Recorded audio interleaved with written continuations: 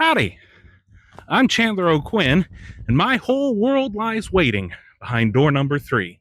Welcome to Chandler's Travels. In this episode, we're exploring Refugio and the important role that it played in the Texas Revolution of 1836. Hope you'll enjoy it.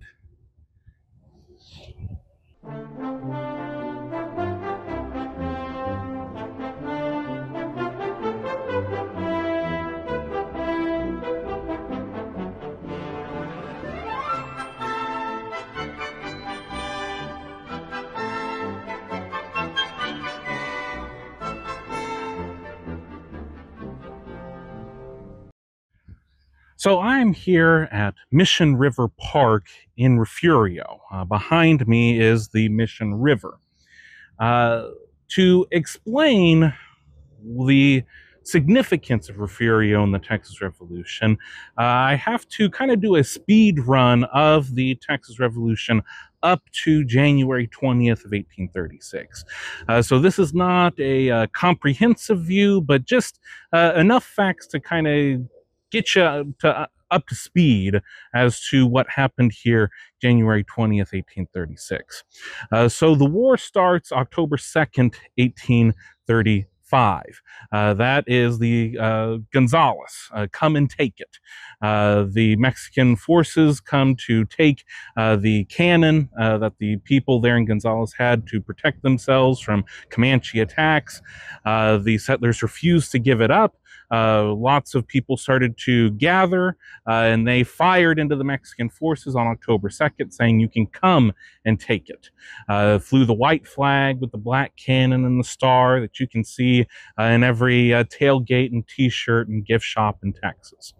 So they started something, but they weren't exactly sure what they had started. Was this going to be a Texas rebellion to bring Mexico back to the republic that it was supposed to be? The Constitution of 1824, a federal republic dictated by or organized around a constitution where people could vote for their leaders, vote for a state legislature, vote for a federal legislature to make laws. Or was this going to be an independence movement to make Texas an independent nation, maybe even bring it into the United States? These were sort of the factions going on in Texas. They weren't exactly sure what they were fighting for. So the politicians came in and made it even more confusing. They said that they had every right to become independent and be an independent nation, but that they weren't going to do that right now.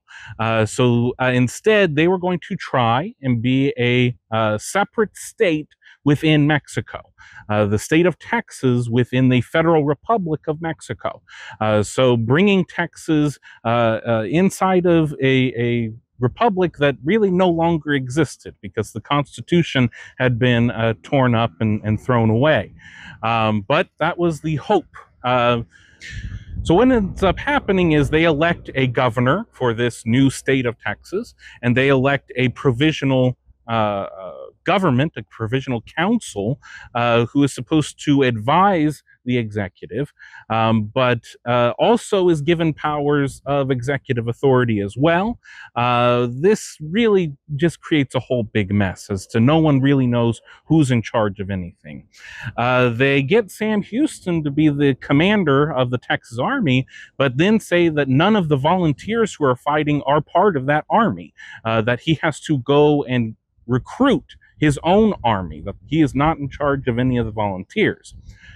On the military side, these volunteers are doing pretty well for themselves. Within a few days of Gonzales, forces start accumulating to attack Goliad, and the Texians take control of Goliad. Early October, they make their way and lay siege to San Antonio de Bejar, and at the end of December, they take over San Antonio. So they have the largest fort in Texas at Goliad. That's just 15 miles away from here. They have the largest town in Texas, San Antonio. The military is really doing their job, but what are they fighting for? What are these soldiers fighting for? remain in Mexico as a separate state in a republic, or become an independent Republic of Texas. There's now crunch time. What do you do after you've taken San Antonio? Do you follow the Mexican forces into the interior of Mexico, link up with the other rebelling armies, and bring on a Mexican civil war to hopefully go all the way to Mexico City and bring back the republic that it's supposed to be? Or do you stay at home in Texas and get ready to defend Texas from an army that is most certainly coming, though not everyone is in complete agreement about when, or maybe some of them even saying if, but it is coming. The Mexican army is going to come and try and take Texas back. If Texas is an independent nation, then it doesn't have any business going into the interior of Mexico. But if it's trying to spur on a Mexican revolution, then it does. All this comes to a head with the political side of things when in early January, the ideas that have been circulating for the last few weeks of going to Matamoros, on the other side of the Rio Grande, taking Matamoros, and either linking up with other rebellious forces like Mahia there, or just raiding it for plunder. It's not exactly clear, and people are pointing fingers on every side of that argument. Henry Smith, the governor, at first thinks that this is a good idea, instructs Sam Houston to tell Jim Bowie to do that, then maybe thinks otherwise. The council, on the other hand, says that they're going to go ahead with that, but they don't want Houston or Bowie to do it. They offer it to Frank Johnson, who is the commander at the Alamo, but he says no. So then they offer it to James Fannin. Fannin says yes, and then Johnson also says yes. So now you have two commanders leading forces to go on their way to Matamoros. Johnson also has with him Dr. Grant. Dr. Grant is a Scotsman who worked for the East India Company, who somehow gets involved here in Mexico and in Mexican Texas, and is a devoted Federalist.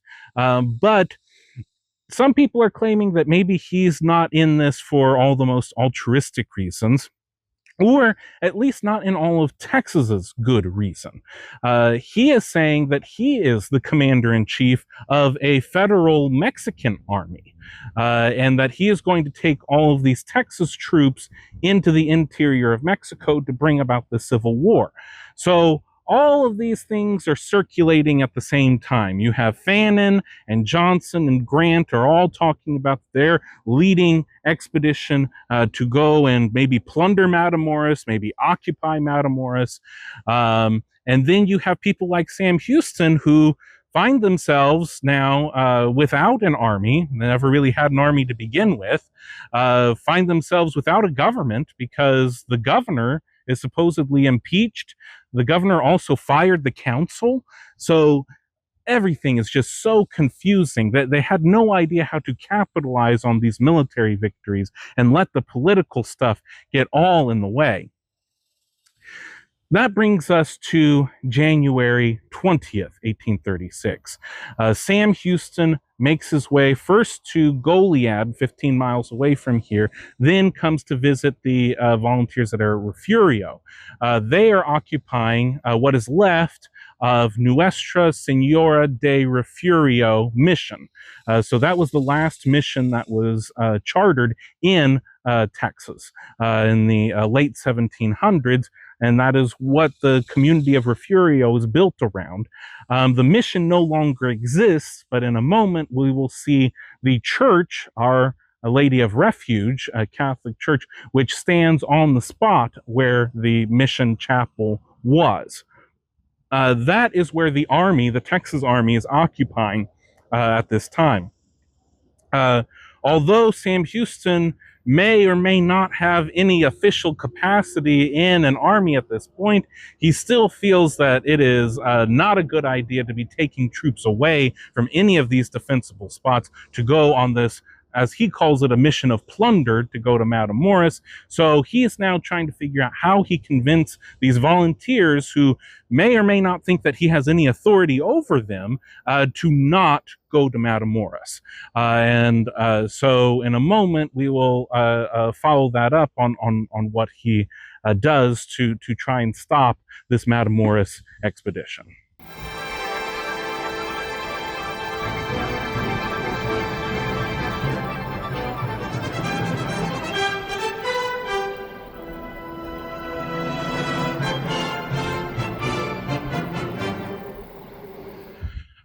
So January 20th, 1836, Sam Houston travels with some of the other members of the army to the Refugio mission.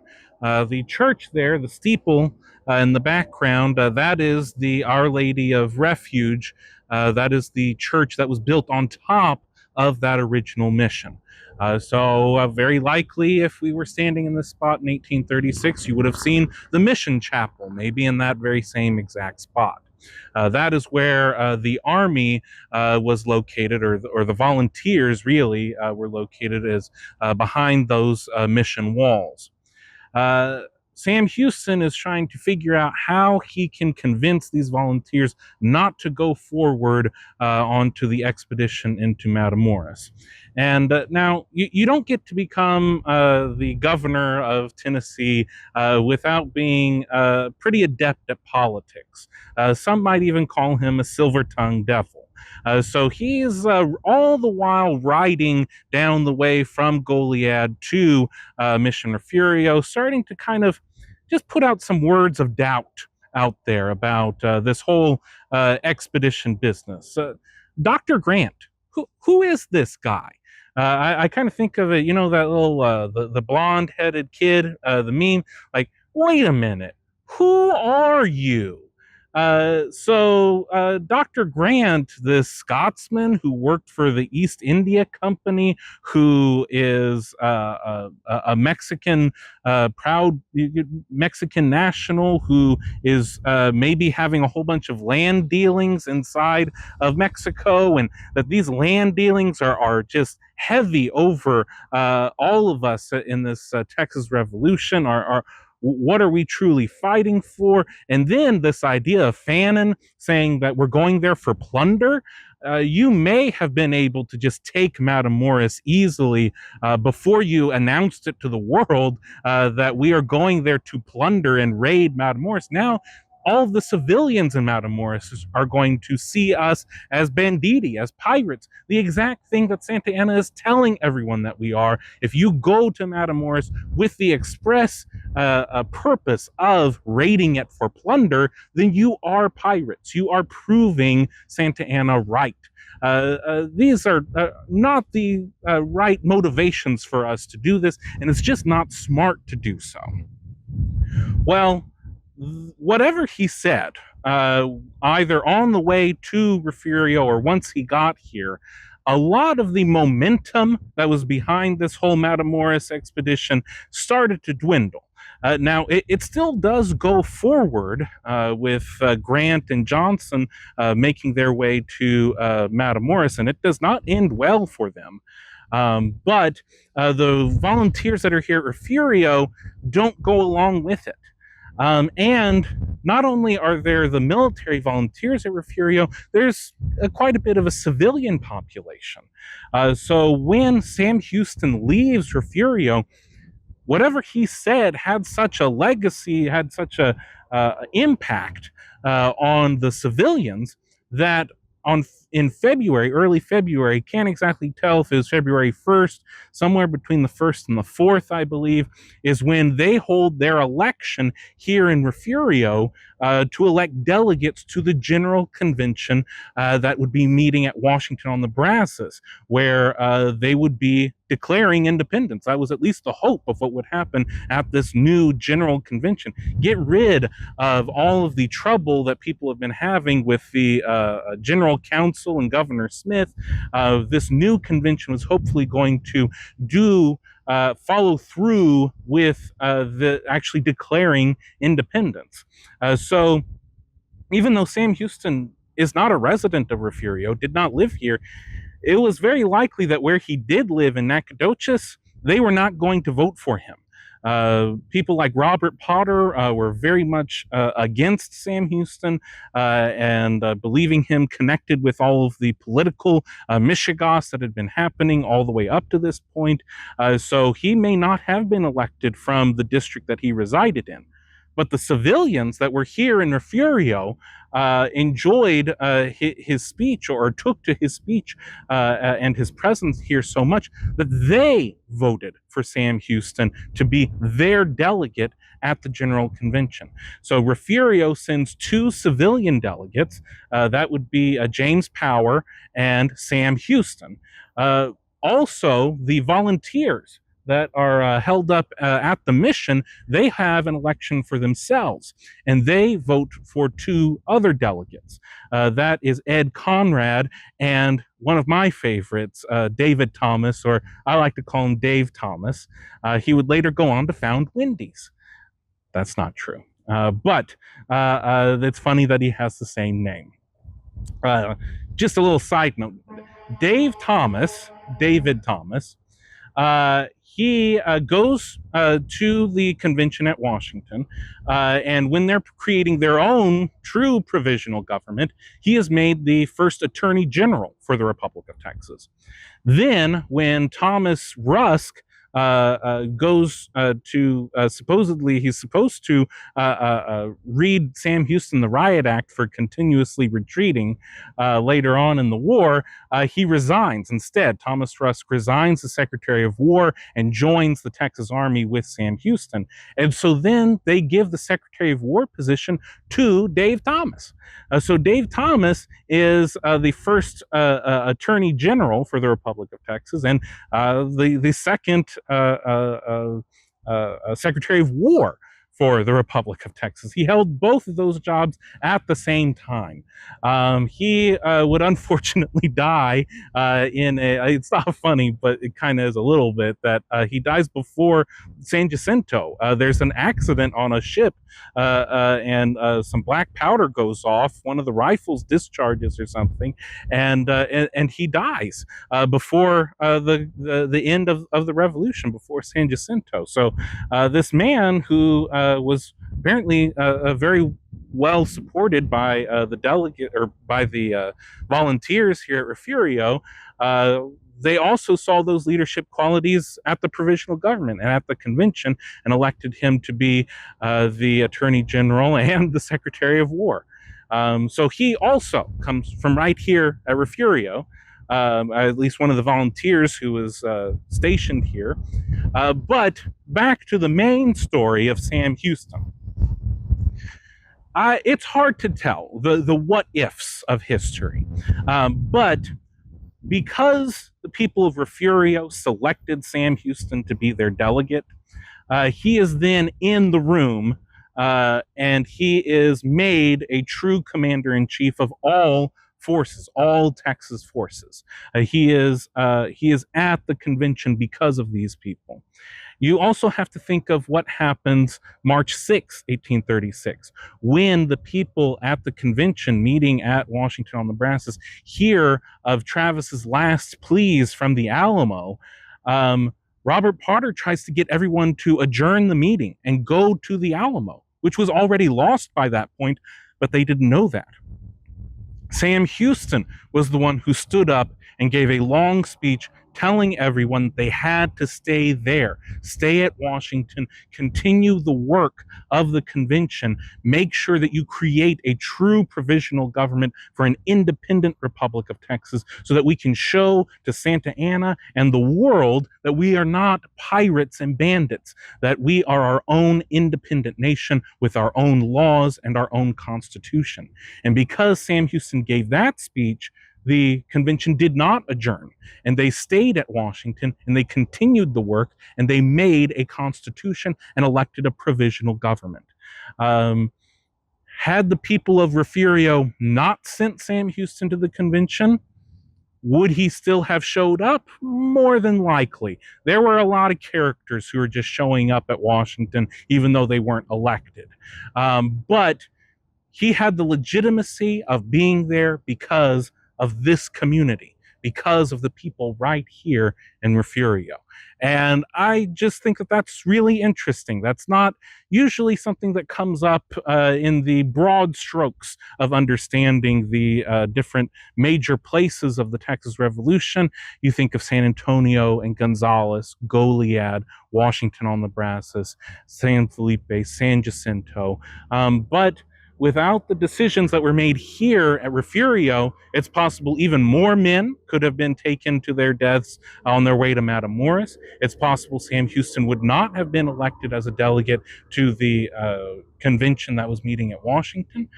Those two major things happened because of the people that were here in Refugio. That's all I have for you for this episode. We've got another train.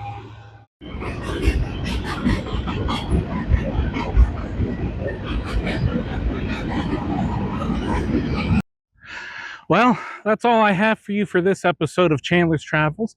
Thank you all so much for watching. As always, every bit of support helps. If you feel inclined, please like the video, share it, ring the notification bell, subscribe to the channel, all those good things, and tell your friends about it. It would be a real favor to me. I really appreciate you taking the time to watch this little video of mine. Thank you so much.